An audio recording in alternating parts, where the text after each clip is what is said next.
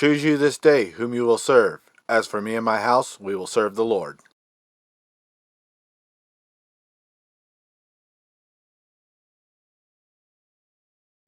Happy Thanksgiving, everyone. Well, it's been another year since last Thanksgiving, and I don't know if we have a lot to be thankful for when it comes to politics and courts and law enforcement and everything else. And even our military's, becoming susceptible to this disease of tyranny. I imagine we have a lot that we're not thankful for, but I hope that there's a lot we're all thankful for as well. The things I'm thankful for, first of all, is my religion, my spirituality, and my adoption by a couple of Christian parents who were serious about righting the wrongs that society does to children nowadays. For real. And the forgiveness that my religion allows me, a lifesaver. It's a good way to keep from harboring resentment and to teach yourself to let things go, even if you have to force yourself to do it, and in the long run it pays off because you become a happy person. And you also learn to forgive yourself as well. What I'm not thankful for is all the political agenda going on, the rises in prices and everything else. All right, we have a lot of problems in this country. I'm thankful for the police. I'm not thankful for the way it's run. I'm thankful that we have a government, but I'm not thankful for the way it's run. I'm thankful to be an American. Patriotism is so important. I'm thankful to be a man, one who, according to my understanding, is filled with the Holy Spirit. Therefore, I could be considered of God. I am not afraid to judge, and I'm not afraid to be judged. I'm thankful for my religion, my spirituality, my patriotism, and all of those are because I was afforded an adoption by Christian parents, around the age of 5. And a lot of people are not fortunate enough, child abuse victims are not fortunate enough to get this or anything even close. And that's, like I said, the thing I'm most thankful for. I'm also thankful that I have succeeded in solving my mental problems, my neurological issues that, the psychiatry and neurology, or psychology and neurology turned into psychiatry. So I was able to combine neurology and psychology into psychiatry and solve all of my problems without the need for medication. I didn't need the medication to solve my problems. I can use medication, to ease symptoms. But I know they don't fix my problems. They just make life a little easier and help me live a little longer if I do it correctly. I'm thankful that I became my own doctor. But I am not thankful for the current state of doctors and the healthcare system is. And it's completely the government's fault for not keeping healthcare privatized. The same with welfare. Why do we have all these children being born out of wedlock that, they're fatherless homes? It's by design. It's to make a bunch of slaves, basically, to just keep the plantation going. It really is a communist divide between the elites and the workers. The whatever you want to call a person who works for, well, we all know what happens with communism. I think it's the biggest terrorist threat on the planet. I'm also thankful for our founding fathers. I'm thankful for my country. I'm thankful for the Constitution, the Bill of Rights, and everything else that this country has created from that foundation, because what they did You know, we're a foundation of principle for the planet to follow. You know, we are a source of peace in an otherwise chaotic existence. I'm thankful for the celebration of life that I can enjoy now that I've overcome my past. And I'm thankful that I'm afforded my disability from Social Security, that I can live a comfortable life that I deserve, only in the idea that I didn't get it for free. I don't get my Social Security disability income for free.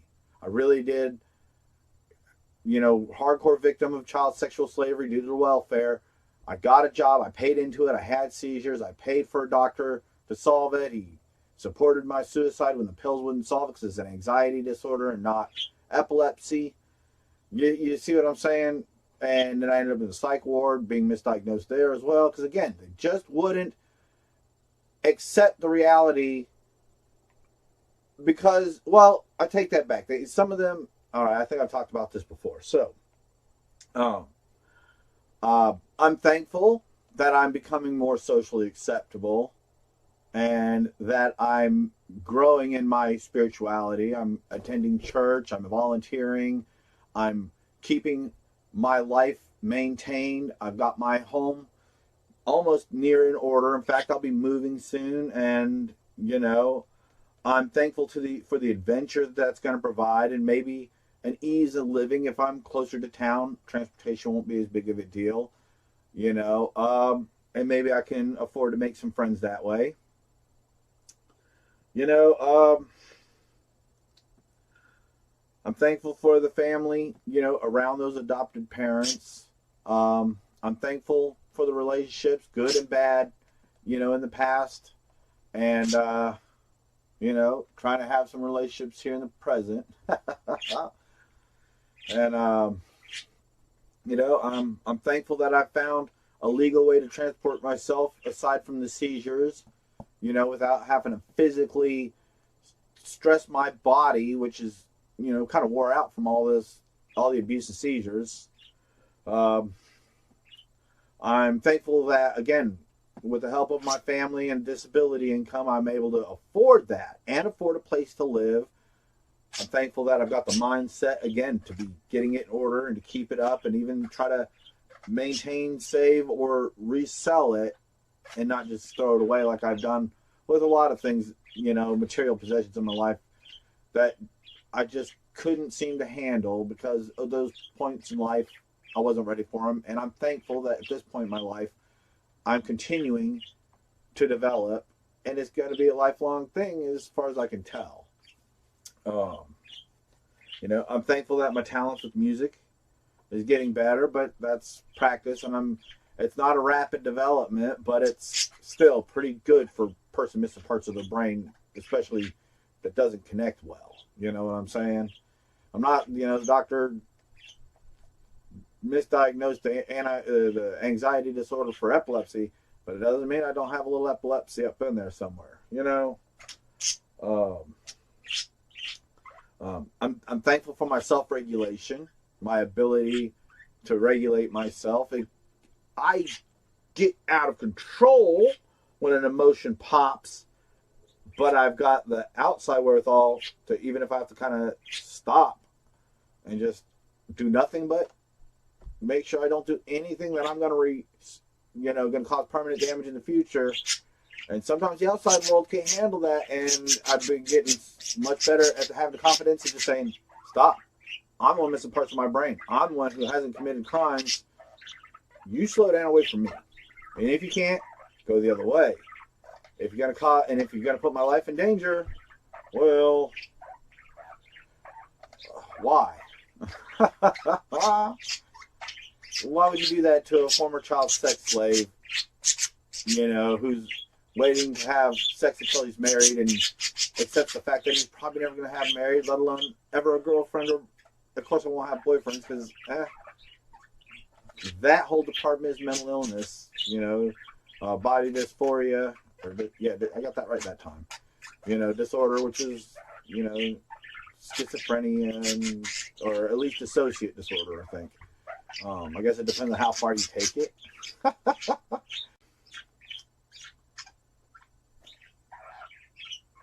I'm thankful for my electronics and my internet and the technology, and I'm thankful for all the men who created everything that makes our lives so wonderful.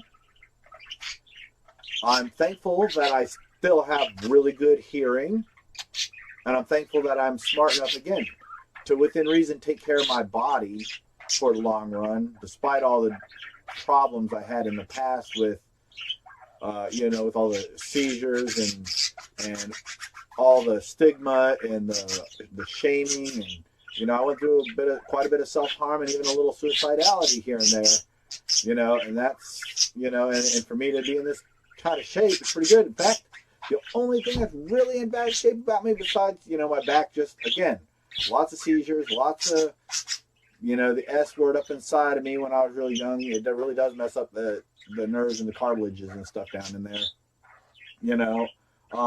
Aside from that, the only thing it was crazy is, again, my brain was, or they said my personality and mental state and all that was the most fragile thing about me when they were putting me in the mental hospital. Forcing me in the mental hospital. And again, it was just an anxiety disorder. It was just lack of sleep. It was just not understanding the fact that they were not understanding what was going on, or so I thought. There's really no telling what doctors knew and what they didn't. So I've had some doctors slip and give me information that they were really just being biased. And I went on. I'm thankful for my birds, J and K. I'm thankful that I am capable of doing a good job at raising them, and that I was ready to get them. I feel. It was a good decision to get them. They're the happiest little birds, and I couldn't be happier, raising them to be happy little companions. I'm thankful for my intelligence, and that's, thankful again for that private home schooling. That was the key to my, to my success, because without this mechanical ability in my mind, there's no way I would have ever been able to tackle the emotional issues when they arrive, as they arrive through life. And I would have never even gone through so much emotional extremism had the healthcare system not malpracticed the ever-living thunder out of me by trying to pill mill my problems with safe pills, never giving me a chance to be a real man and take care of myself. That was a real problem. I couldn't take care of myself. I'm thankful that I can, within reason, despite, aside from my disability, I can take care of myself.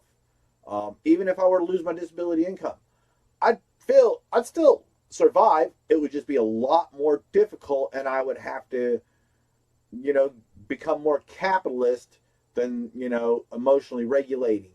Because again, I'm missing parts of my brain. I can't do everything all at once. It's kind of one way or the other sometimes. I'm thankful I was finally able to get to a point in my life where I could afford some really nice glasses. I spent almost a third of my income on these glasses, or about a quarter of my monthly income on these glasses last month. But now I've got a spare. I've got my contact lenses. I finally got those from the eye doctor. So I'm set on eye care for 6 months to a year now. And I'm about to go ahead and get back on to switch my health insurance back over to one with, zero out-of-pocket pay for practically everything, because I'm the disabled kind of person that in lower bracket that that is eligible for it. I'm thankful that I'm doing well on my money too. Finally, despite the rising costs, I finally got a grip where I'm not spending more than I make or even at the limit by forcing myself to go without, for a day, a week, or days, a week or two till my next deposit came in. I'm finally to the point now where I'm seeming to have about 15 to 20% of my income left over for the last 2 months, except the fact that I had to spend that on those batteries and bought these glasses. So now again, I'm almost breaking even, except I'm still almost 20%, you know, of my income right now, closer to 15% of my income right now, sitting right here, and I've only got about a week till my deposit, and I don't need anything at all except it wouldn't hurt to get some milk, a little bit of sliced cheese, and some hamburger buns. That's it.